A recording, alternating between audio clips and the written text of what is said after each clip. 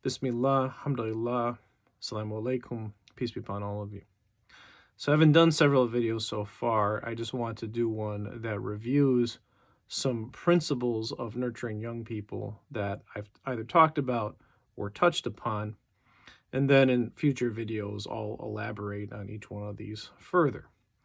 And it's important to have a sense of foundational principles as a parent or someone nurturing young people that you're operating upon, because all sorts of different dynamic situations come up.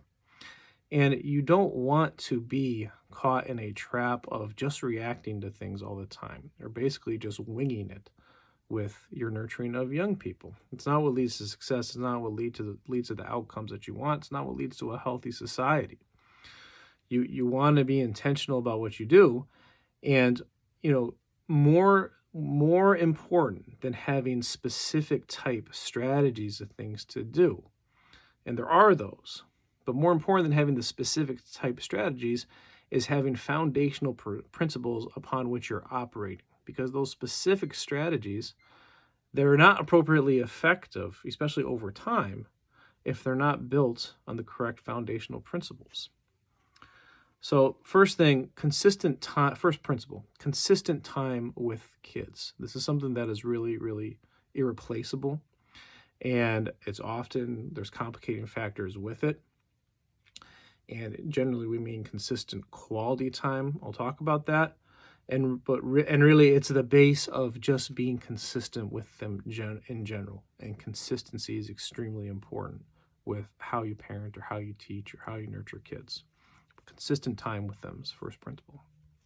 Second principle is having a calm disposition overall.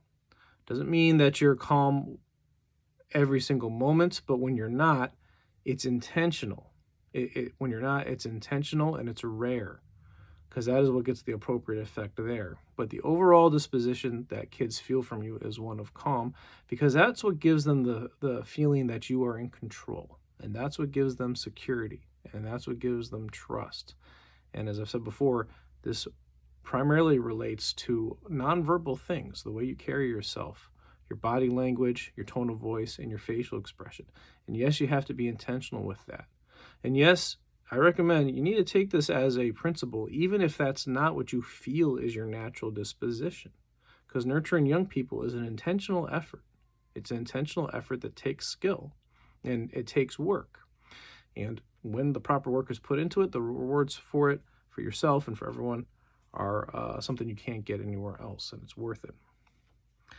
Third principle is setting them up for success, especially when you order them to do things and they start to comply with things that you order them to do. You want them to experience success with those things. I talked about this a little bit in the example of the kid being told to clean up their room as opposed to playing on the iPad, and I'll talk more about that.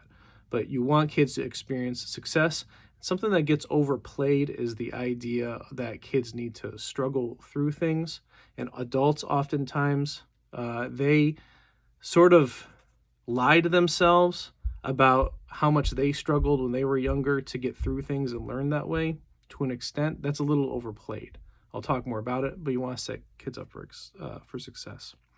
Fourth principle is explaining reasoning to them.